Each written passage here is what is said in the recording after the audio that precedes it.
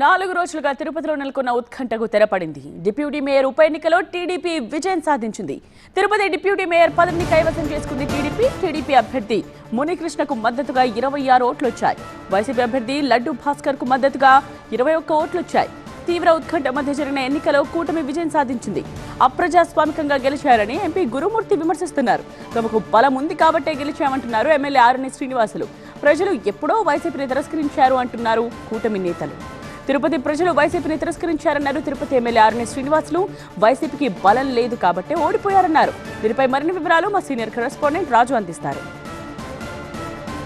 Tirupati deputy mayor ఎన్నికల్లో Telugu Desam party అభ్యర్థి RE Munikrishna గెలిచారు. ఇందుకు సంబంధించి ప్రిసైడింగ్ అధికారి బన్సల్ కూడా ప్రకటించిన పరిస్థితుల్లో తిరుపతి ఎమ్మెల్యే జనసేనకు సంబంధించిన ఎమ్మెల్యే ఆరణి శ్రీనివాసులు దగ్గరుండి ఎన్నికల ప్రక్రియ పరిశీలించిన ఎమ్మెల్యే ఉన్నారు. చెప్పండి, వైసీపీ ఆరోపిస్తుంది, ఎంపీ ఆరోపిస్తున్నాడు, రెడ్ బుక్ రాజ్యాంగం అమలైంది, ఇక్కడ దాడులు విధ్వంసాలకు గురి చేసి కార్పొరేటర్ని లొంగ తీసుకునే ప్రయత్నము చేసి గెలిచారు అని చెప్పేసి ఆరోపిస్తుంది.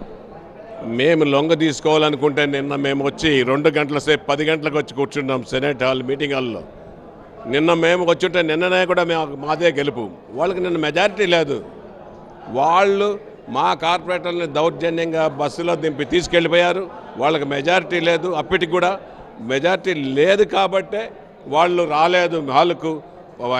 టైం అయ్యేంత వరకు కూడా రాలేదు. మేము టైం అయ్యి 12 గంటల టైం అయితే 12:15 వరకు వెయిట్ చేసాం. నిన్న వాళ్ళు వచ్చుంటే నిన్న కూడా గెలిచి ఉంటాం. మేము మీకు నిన్ననే చెప్పడం కూడా జరిగింది. వాళ్ళకి మెజార్టీ లేదు, రాలేదు. మాకు మెజార్టీ ఉంది, మేము అందువల్ల ఇంతసేపు కూర్చొని ఉంటాం, గెలిచి ఉంటామని చెప్పి వైసీపీ వాళ్ళు చెప్తున్నారు. వాళ్ళకు ఉండేది ఒకే ఒక సభ్యుడు, మొత్తం కూడా వైసీపీకి సంబంధించిన కార్పొరేటర్లు. అలాంటప్పుడు మేమెందుకు తీసుకెళ్తామని చెప్పేశారు. అంటే మీరు వైసీపీ కార్పొరేటర్ను లొంగ తీసుకునే ప్రయత్నం చేసిన మాట వాస్తవమా? నేను ఒకటే చెప్తున్నా, కరుణాకర్ రెడ్డి గారికి, వైసీపీ పార్టీకి రాష్ట్రంలో జగన్మోహన్ రెడ్డి నమ్మే పరిస్థితి ఎమ్మెల్యేలు లేరు, తిరుపతిలో ప్రజలు లేరు. తీర్పు ఇచ్చేశారు కరుణాకర్ రెడ్డికి. కార్పొరేటర్లు ఆయన హయాంలో దౌర్జన్యాలు చేసి మున్సిపల్ ఎన్నికల్లో ఎలా గెలిపించుకున్నాడో ఏడుకొండల వెంకటేశ్వర స్వామికి తెలుసు. కరుణాకర్ రెడ్డికి, అభినయ్ రెడ్డికి, రాయలసీమలో ఉండే వైఎస్ఆర్ కాంగ్రెస్ పార్టీ మంత్రులకు, నాయకులకు, ఎమ్మెల్యేలకు అందరికీ తెలుసు.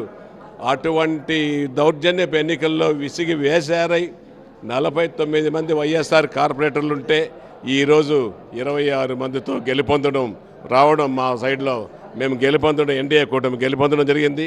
రాబోయే రోజుల్లో అన్ని ఎలక్షన్లు ఎన్డీఏ కూటమే గెలుస్తుంది.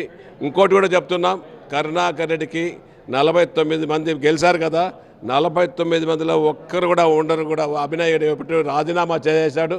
ఇంక ఎవరు కరుణాకర్ రెడ్డితో ఉండే కార్పొరేటర్ ఒక్కరు కూడా 1 సంవత్సరంలో ఉండరు.